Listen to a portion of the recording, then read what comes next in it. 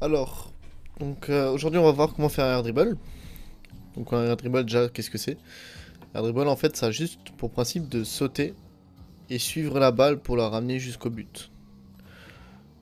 Donc pour ce faire, je vais vous montrer, on peut soit partir du mur, soit partir au sol, ça va dépendre. Moi il faudrait juste que je lui mette un rebond. Vous verrez.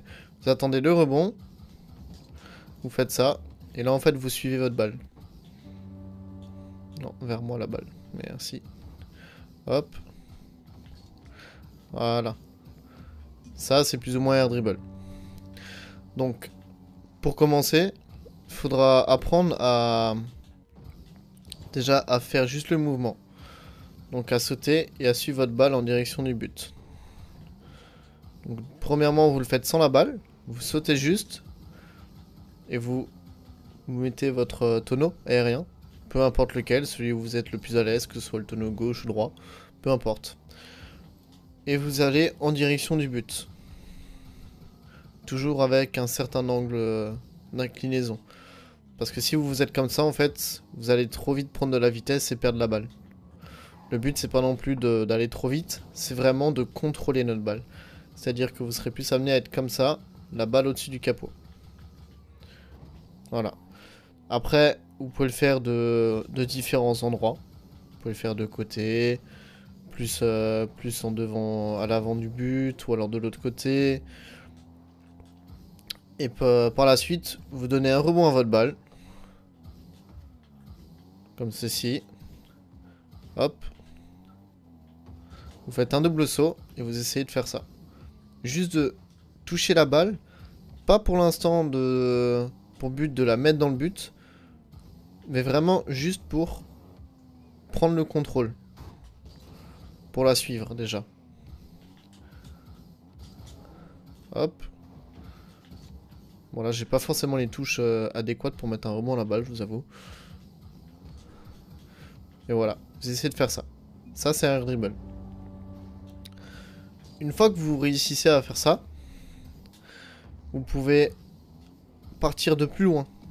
C'est-à-dire que je peux très bien faire air dribble, mais de mon but. De mon but jusqu'à l'autre but. Ça se fait. Simplement, en fait, faudra bien se mettre en dessous de la balle pour pas que la balle redescende trop vite. C'est-à-dire que là, je vais taper en dessous, je vais la continuer. Si vous regardez, j'ai essayé de me mettre en dessous de la balle pour remonter la balle. Regardez. Parce que si je l'avais tapé trop comme ça, vous voyez, elle redescend tout de suite. Or, c'est pas ce qu'on veut, nous. Nous, ce qu'on veut, c'est vraiment... On donne le rebond, on la tape en dessous, et on reste en dessous. Donc, vous entraînez à faire plusieurs fois ça. Hop. Vous la suivez. Vous faites ce que vous voulez. Même si c'est pas cadré, c'est vraiment déjà pour le principe de la suivre. Une fois que vous avez fait ça, vous essayez bien sûr de la cadrer.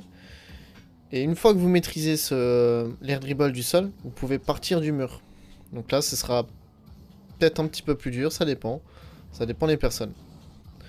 Mais pour le principe, en partant du mur, vous tapez votre balle, vous sautez, et vous allez vers votre balle, mais doucement. Parce que si vous venez trop vite dessus, ce qui va se passer, c'est ça. Vous allez freiner, et vous allez la taper, vous allez perdre le contrôle. Vous saurez plus quoi faire.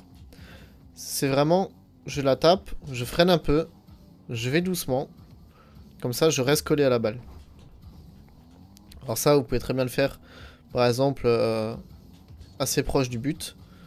Hop, tac, et là, je booste et je vais là-bas. Ça se fait également. Vous pouvez aussi le faire en partant du ceiling. Ce sera peut-être un petit peu plus dur. Ça va dépendre des personnes en fonction de là où vous êtes à l'aise ou non. Vous pouvez partir de votre but vers l'autre but. Hop.